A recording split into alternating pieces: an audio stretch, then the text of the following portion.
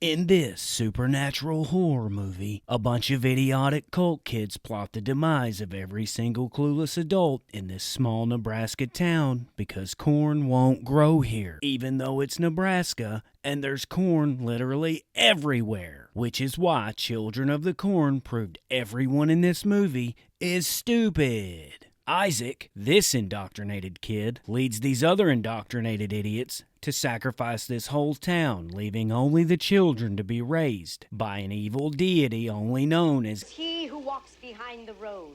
And for the next 3 years, no one anywhere, especially not the government, cares when the nicest little town in Nebraska of approximately 968 people just stopped paying state and federal taxes. Before Sarah Connor was banging the macho and much more likable Kyle Reese to produce the savior of the human race from the machines, she was dating this guy named Bert, who looks like a sissier Michael Bolton.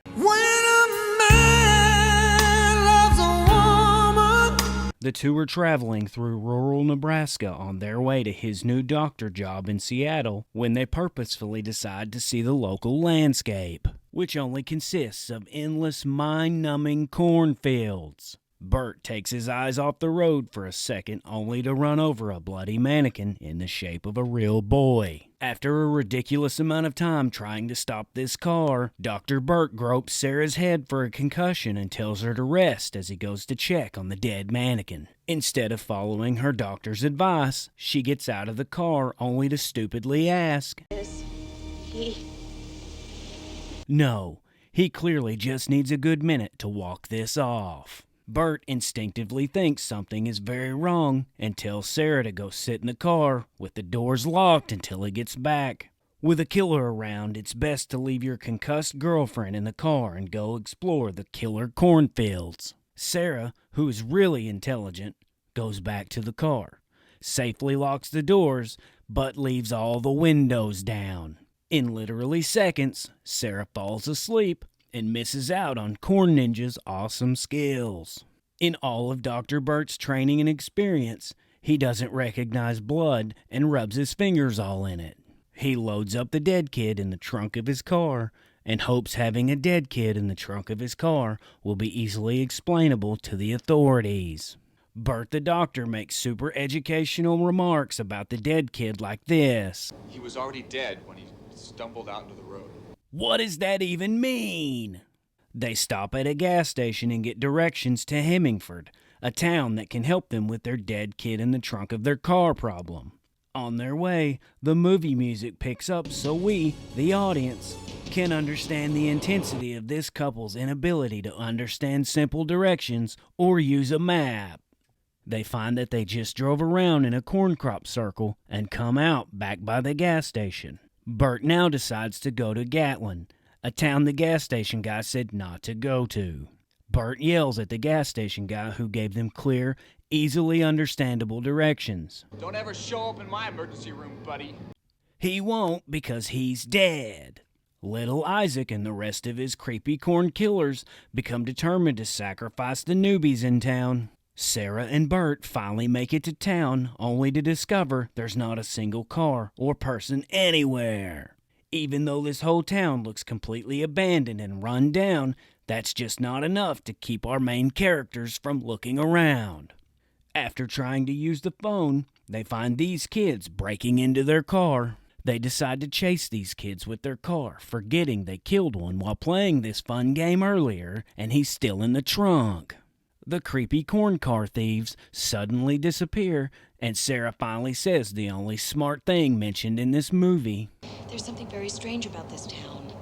As they pass this house, Bert somehow notices a door close and feels that he must check it out. Bert decides residential burglary and criminal trespass are fine if you only want to use someone else's phone. Bert, this is somebody's house. I know. I just want to use a phone. They find a phone and are given several clues that they should leave. But this is a horror movie, so they pilfer through the rest of this creepy abandoned house like they own it. Although this old house creaks and cracks, Are you here alone, Sarah? Minnie Sarah creepily says Isaac is the leader of everybody while all the adults are in the cornfield and that Isaac put them there. During this totally normal conversation with the strange, weird kid, Bert decides he needs to leave the two Sarahs alone in a house neither of them live in to walk back to the deserted town where they just came from. With all the weird, creepy crap going on, Big Sarah asks Bert, Are we safe?